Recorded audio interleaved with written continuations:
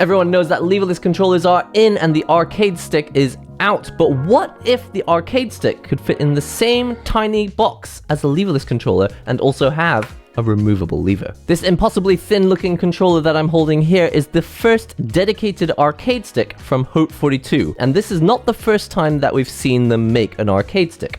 Last year, you'll remember that they came out with the HotPad X. The HotPad X was an all-in-one solution where you could actually remove this module here and replace it with a leverless module or a WASD module, or as you can see, a magnetic lever attachment here. But although the HotPad X was impressive, it was obvious that it was their first foray into arcade sticks and they still had some tweaking to do. Well, here's their newest arcade stick. They're calling it the CAS. Now, the headline feature, of course, is the fact that it's incredibly thin and it also has this removable magnetic lever. But on top of that, it does have a number of features that make it much better than most arcade sticks because it's got modern features like extra buttons down here where your thumbs are and also an extra button here at the top. But what makes this controller even more exciting is actually underneath the hood where it hides analog sticks. Just swap these button modules out, and literally in seconds, you now have an arcade stick with analogs as well. But magnetic levers, analog sticks, and extra buttons don't mean much if it doesn't perform well as a traditional arcade stick. So today we're going to be putting it through its paces. It's the Hot42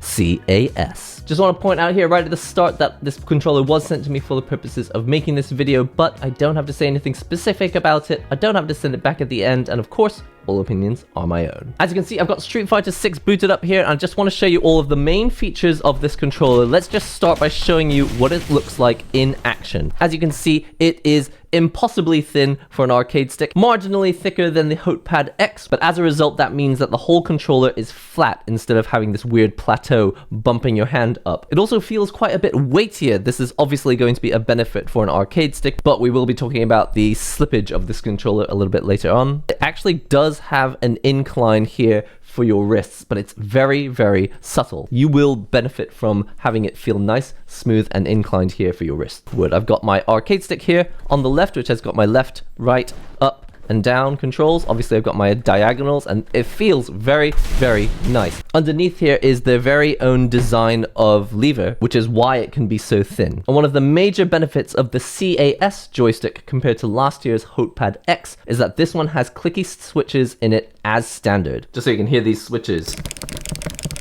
The other obvious design feature of this joystick is that you can remove it, which means that this will fit into an actual bag. Most arcade sticks, you end up having to buy a new rucksack, or sometimes the arcade sticks don't even fit in a rucksack. You just have to carry the whole thing separately. And especially when you're going through airport security, they're gonna be like, dear God, what is that thing? Now, it's connected by magnets, and it seems to be the same mechanism as before. So if you actually have the HotPad X joystick hanging around, that actually does connect here, and it feels exactly the same. The ball top provided with the CAS is a nice, smooth, matte ball top, and if you use the provided screwdriver like so, you can actually remove the ball top. Here's another ball top I had lying around. That seems to be exactly the same size as a standard ball top that you'd put on a Sanwa JLF. Interestingly, they've decided that dust covers aren't really necessary, but if you happen to have one on hand, if you put it here, as you can see, it is compatible with regular dust covers. The next thing you want to know about is these buttons. So regular arcade sticks usually have 8 action buttons here, but obviously in the modern leverless age, we now have a lot of people who value having thumb buttons and also having a button up here. Having thumb buttons makes a lot of sense,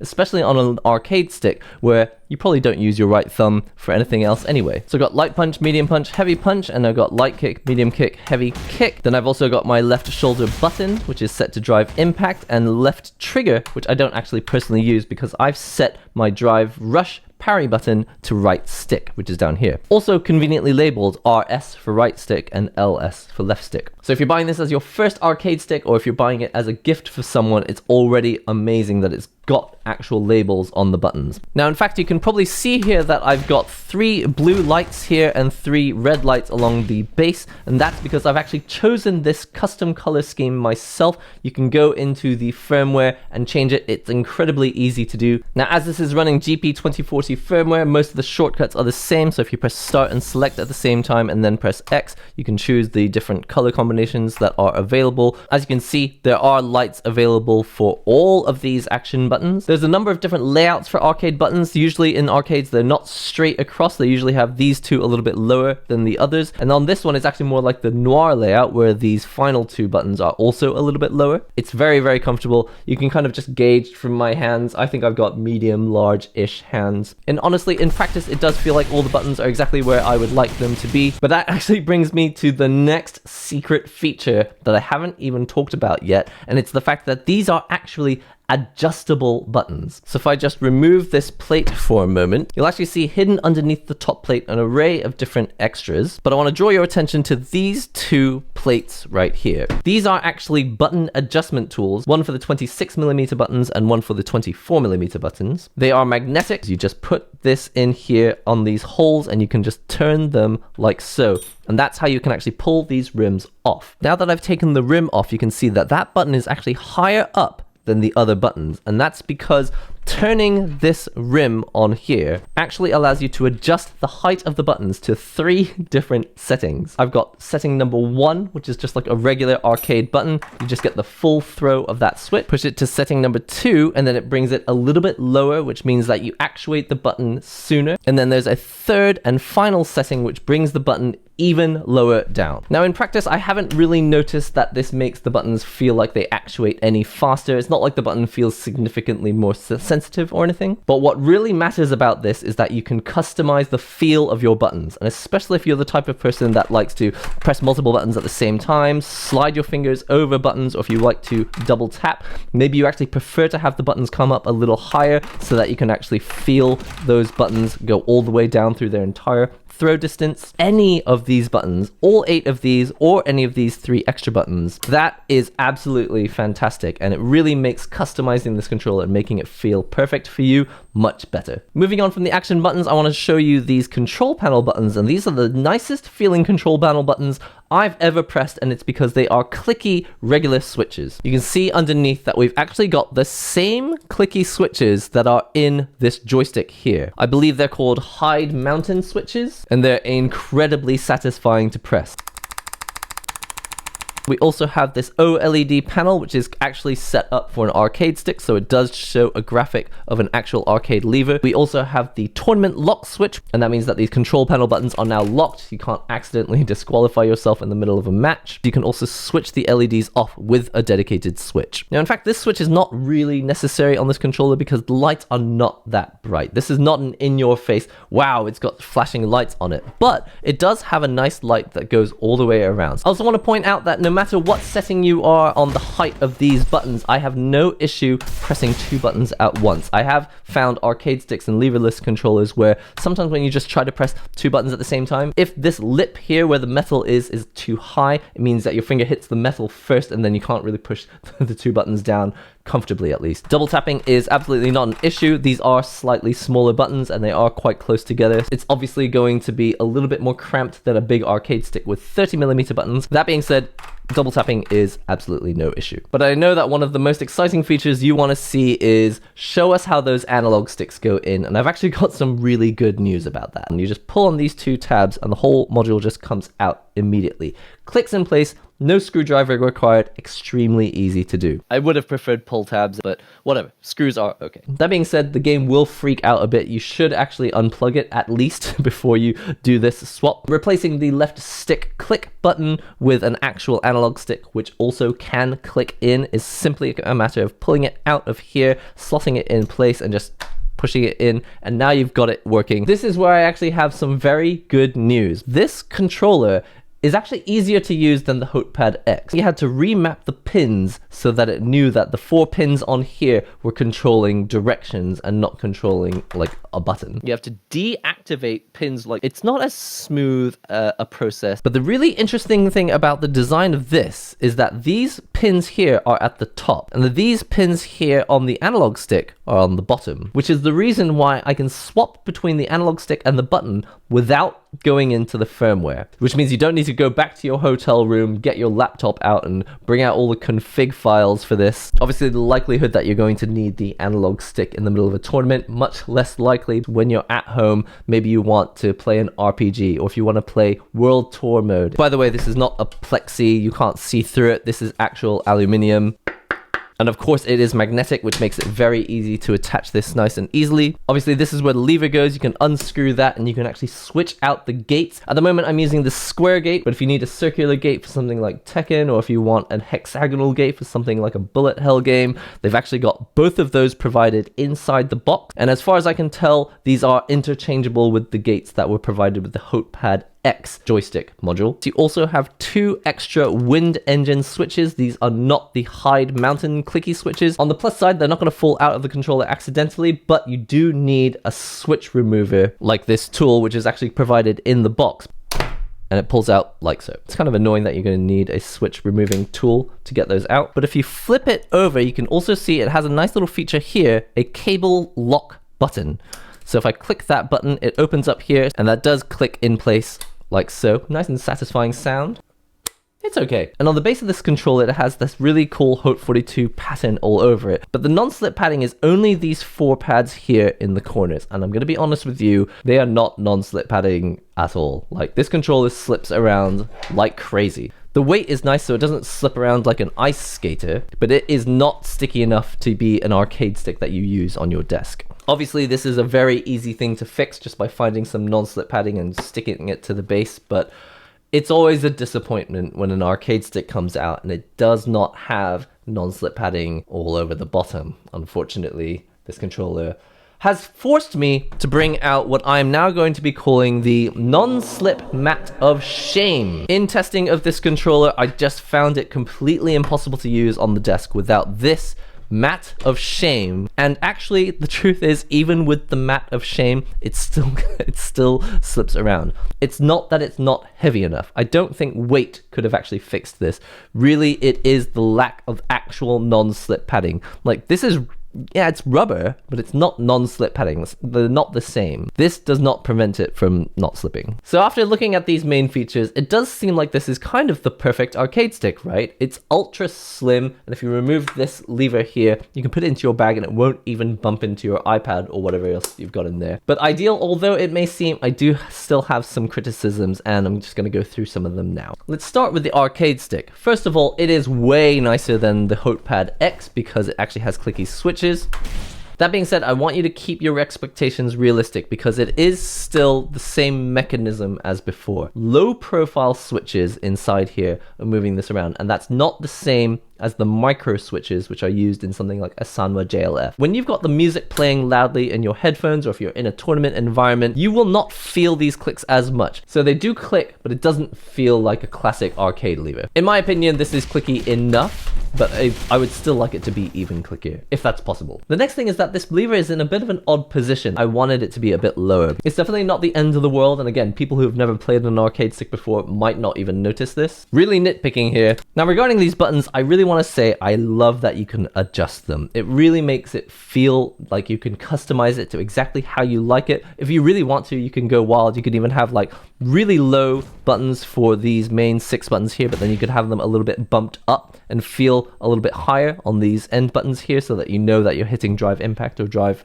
rush. There was one criticism I came up with, and it was the fact that these are unusual button caps. I'm not sure if they're planning to sell these keycaps separately, so I was worried that if this keycap were to get lost or if it were to break, you'd be stuck. I don't know if you could like get other buttons. I decided to test out some standard Punk Workshop keycaps. They always fit really snugly, so I just clicked this in place, and as you can see, absolutely no issue.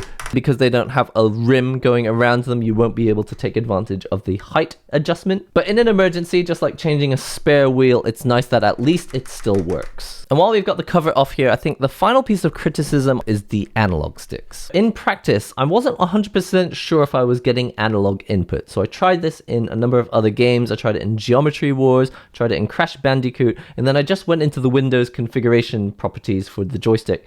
And I can see that it, yes, does have analog movement, but it's not getting me all the way to the edges. And I don't know if that's the reason why it was acting kind of strangely, but for example, in Crash Bandicoot, I discovered you can only run if you're going diagonally, which is the weirdest thing, but I just think the tuning and the firmware might need a bit of an update, because when you move in a cardinal direction, I think the analog stick is not moving far enough to trigger an actual running animation. But obviously there's no issue with the hardware, because an analog signal is coming out of here. But yeah, you should know that if you're using this for traditional analog stick games, the analog performance is a little bit strange. If they do update it in a firmware update, I'll be sure to pin it in the comment to say that this issue has been resolved. I should also point out that I tried to put the leverless module in here and it just doesn't fit, unfortunately. So I would absolutely love to see an announcement where they decide that actually they're going to give you a new top plate and a leverless module that you can just plug into here and have a kind of opposite to the HotePad X. It's an arcade stick that can become a leverless instead of a leverless that can become an arcade stick. So many things were improved compared to the HotePad X as well in terms of usability. I think the only thing I want to really discuss now is the price. I don't know if maybe they profit more when things get sold through AliExpress, or maybe just as a Chinese company, maybe things going through that website is easier for them, but I can never really figure out what the actual price is. There's the recommended retail price, which is astronomical, and then there's the everyday price, but I don't know how everyday it is. Like, is that actually the price that you'll pay if you buy it next week? Currently on Amazon.com, this is $189. It's not on the cheap end. I definitely think it's worth it though. For $189 in other brands, you're often just getting a standard Sanwa JLF.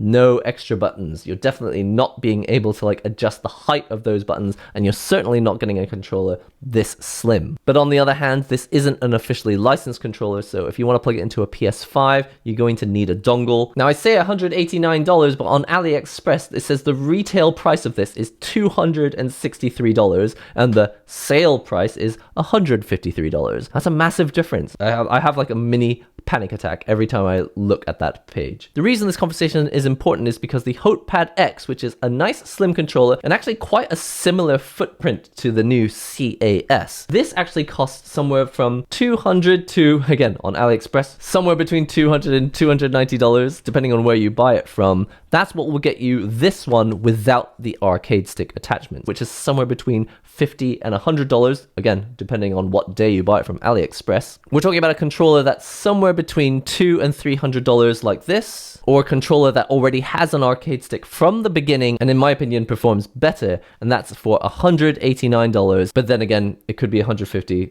it could be $260 AliExpress. But here's my final verdict on the Hote 42 CAS.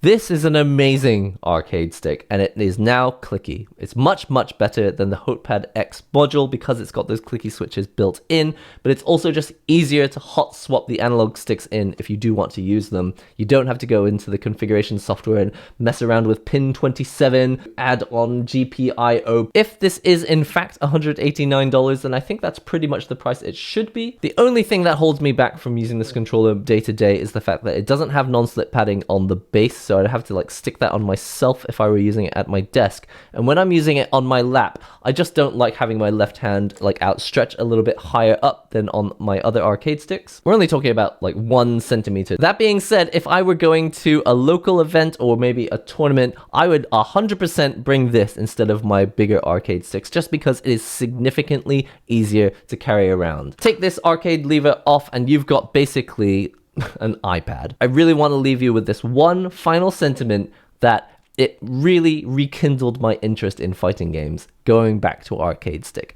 Leverless controllers, obviously there are competitive advantages to it, but I think leverless controllers have really zapped the joy out of fighting games for me. In some ways, it is fun to learn the whole leverless thing, but when you go back to an arcade stick and you remember like the difficulty of doing some of these technical motions and just the joy of learning how to do them at all, and then on top of that consistently, and then on top of that in a stressful situation in a match. I'd love to know what you guys think of this new arcade stick. Let me know in the comments section below. Obviously, whatever controller you choose, just make sure it's the best one for you. Arcade stick is amazing. If you have never tried it, please give it a go, because there's a joy that arcade sticks can give you that leverless controllers honestly just cannot. Anyway, that's all for now. I've been NihongoGamer. I hope you guys enjoy watching EVO this year. I'll see you real soon.